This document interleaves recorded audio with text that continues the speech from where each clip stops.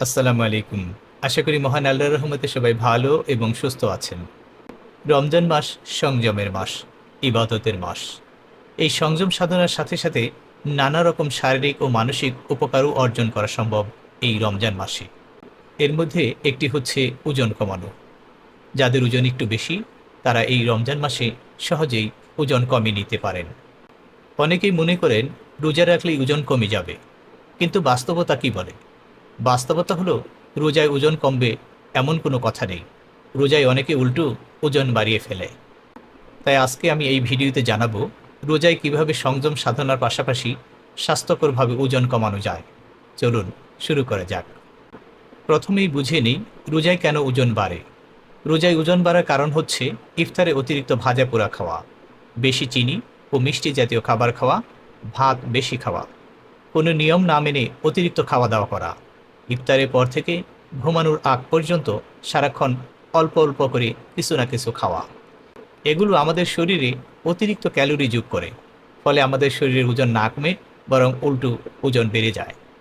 তাই রমজান মাসে ওজন কমাতে চাইলে আপনি এই 6টি কৌশল অবলম্বন করতে পারেন। 1 নম্বর কৌশল, ইফতার শুরু করুন হালকা ও নিয়ন্ত্রিতভাবে। ইফতারে 1 থেকে 2টি খেজুর খান এবং 1 থেকে 2 গ্লাস পানি পান করুন। কোনো প্রকার শরবত বা মিষ্টি জুস পান করবেন না। এর সাথে ফল এবং সামান্য ছোলা খেতে পারেন। এক্ষেত্রে মিষ্টি জাতীয় ফল এড়িয়ে অন্যান্য ফল খেতে পারেন। তারপর নামাজ পড়ে এসে মূল খাবার খাবেন। এক্ষেত্রে একবারে একসাথে বেশি খাবার না খাওয়া উচিত হবে। 2 নম্বর কৌশল হলো প্রোটিন বাড়াতে হবে এবং কার্বোহাইড্রেট কমাতে হবে। ওজন কমাতে চাইলে সেহরি ও ইফতারে রাখুন ডিম, মাছ, মুরগির মাংস, ডাল, দই, আর কমিয়ে দিন সাদা ভাত, পরোটা, পোলাও, বিরিয়ানি। কারণ প্রোটিন আমাদের পেট ভরা রাখে এবং মেটাবলিজম বাড়ায়। এর ফলে আপনি প্রয়োজনীয় শক্তি পাবেন, কিন্তু আপনার ওজন কোনোভাবেই বাড়বে না। 3 নম্বর কৌশল হচ্ছে ফাইবারযুক্ত খাবার খেতে হবে। এর জন্য শাকসবজি, লাল চাল, লাল আটা রুটি, ওটস খেতে পারেন। কারণ ফাইবার আমাদের ক্ষুধা কমায় এবং অতিরিক্ত খাওয়ার ইচ্ছা দূর করে দেয়। 4 নম্বর কৌশল হচ্ছে হালকা ব্যায়াম করা। রোজায় ভারী ব্যায়াম না করে ইফতারের 1 থেকে 2 ঘন্টা পরে 20 থেকে 30 মিনিট হাঁটুন, স্ট্রেচিং করুন। হাঁটা ইনসুলিন সেন্সিটিভিটি বাড়ায় ও ফ্যাট বার্ন করতে সাহায্য করে। তাই প্রতিদিন নিয়মিতভাবে হাঁটলে আপনার ওজন অবশ্যই কমে আসবে। 5 নম্বর কৌশল হচ্ছে পানি বেশি খাবেন, কিন্তু চিনি কম খাবেন। ইফতার থেকে সেহরি পর্যন্ত 8 থেকে 10 গ্লাস পানি পান করুন। পানি ফ্যাট পোড়াতে সাহায্য করে। ইফতারের শরবত, কোমল পানীয়, অতিরিক্ত মিষ্টি খেলে ওজন বাড়বে। এগুলোই ওজন কমানোর জন্য সবচেয়ে বড় বাধা। 6 নম্বর কৌশল হচ্ছে রাতে বারবার খাবার খাওয়া বন্ধ করতে হবে। তারাবির পর অপ্রয়োজনীয় খাওয়া দাওয়া বন্ধ করুন।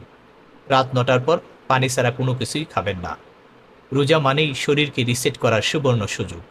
এই সুযোগ কোনোভাবেই হারাবেন না। আর যাদের শারীরিক ওজন একটু বেশি, তারা কোনোভাবেই এই সুযোগ হারাবেন না।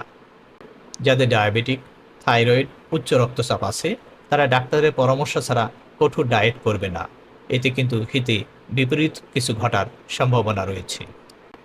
আসলে রোজায় সংযমের পাশাপাশি ওজন কমাতে চাইলে ক্যালোরি নিয়ন্ত্রণ, প্রোটিন ও ফাইবার বেশি খাওয়া, ভাজা পোড়া কম খাওয়া, নিয়মিত হাঁটা আর পর্যাপ্ত পানি পান করতে হবে। আপনি যদি এই 5টি নিয়ম সঠিকভাবে পালন করেন, তাহলে অবশ্যই আপনার ওজন কমে আসবে। আজকের মতো এখানে শেষ করছি। ভিডিওটি ভালো লাগলে একটি লাইক দিন, বন্ধুদের সাথে শেয়ার করুন এবং আমার চ্যানেল থিঙ্ক হেলথ সাবস্ক্রাইব করতে ভুলবেন না। মহান আল্লাহ সবাইকে সুস্থ, নিরাপদ এবং সঠিকভাবে রোজার সংযম পালন করার তৌফিক দান করুন। আল্লাহ হাফিজ।